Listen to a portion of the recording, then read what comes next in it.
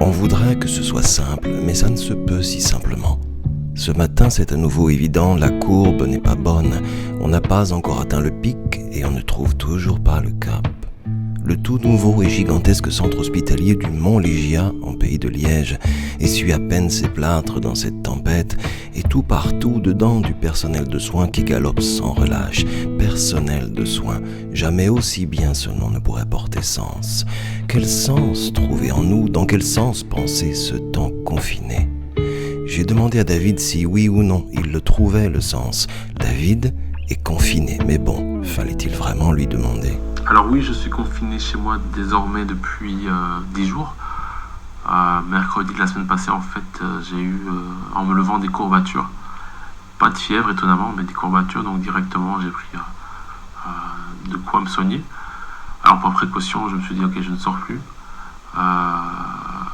Pour me protéger, et surtout pour protéger les plus faibles que je pourrais croiser par inadvertance ou en faisant des activités. Le sentiment qui m'accompagne, mais écoutez, ça dépend. Il y a eu des moments vraiment de confiance et puis d'autres de questions et de peur, surtout quand on entend des proches qui sont touchés par ce virus. Il y a des questions à avoir, mais voilà. On essaye de garder la tête haute et de garder le moral et de s'occuper aussi en faisant des choses diverses pour ne pas tomber dans une routine qui ne va pas être bénéfique pour nous. Que peut-on faire de différent ou d'inventé ou d'authentique ou renouvelé ou renouvelant ? Comment ne pas gâcher ce temps du ralentissement sans disperser nos ressources au vent ni les troquer contre l'ennui ? David est musicien, il écrit et compose aussi pour son groupe Royal. Royal, c'est le beau nom de ce projet. David est photographe aussi et fan de foot, tiens. C'est quelqu'un qui bouge et fait bouger. Alors, justement, comment vivre, comment nourrir ce sentiment d'absence de mouvement ? Malgré le contexte particulier, voire dramatique dans certaines régions du monde et même dans notre pays, je vois vraiment ce moment comme une occasion de revenir à l'essentiel. C'est vraiment ce que j'ai eu à cœur. On est souvent pris dans le train-train de la vie quotidienne à faire mille et une choses et on oublie souvent l'essentiel. Et bien ce temps, ça me permet vraiment de revenir et de reconsidérer ce qui est important pour ma santé physique, mais aussi ma santé spirituelle. Et donc je me nourris, j'en profite.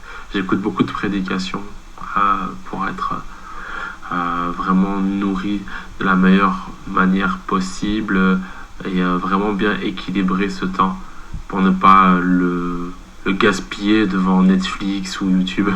Donc voilà, et ça me fait du bien vraiment. Ça me fait du bien, ça me permet de m'accrocher vraiment aux promesses de Dieu pour une telle période. En choisissant parmi les photos que David propose et avant de choisir la photo où il porte ce beau chapeau, je pense à plusieurs choses, puis je pense à une chose, à ce sentiment, presque une nostalgie, ce geste que l'on fait parfois de regarder des photos d'avant, s'émerveiller de ce qu'on sait déjà, s'émerveiller de ce qu'on voit pourtant, de ce qu'on redécouvre, comme redécouvrir la beauté et la grandeur de Christ.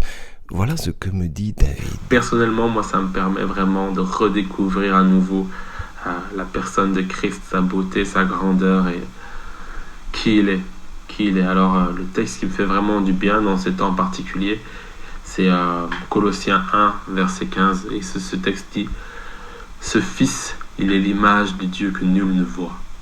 Il est le premier-né de toute création. Car c'est en lui qu'ont été créées toutes choses, dans les cieux comme sur la terre, les visibles et les invisibles, les trônes et les seigneuries, les autorités, les puissances. C'est par lui et pour lui que Dieu a tout créé.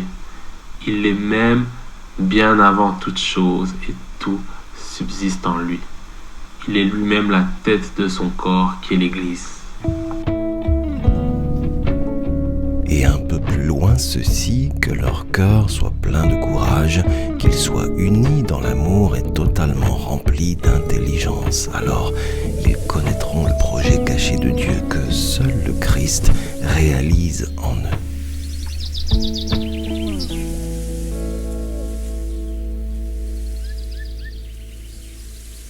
Attention, la Bible peut faire gravement du bien à la santé.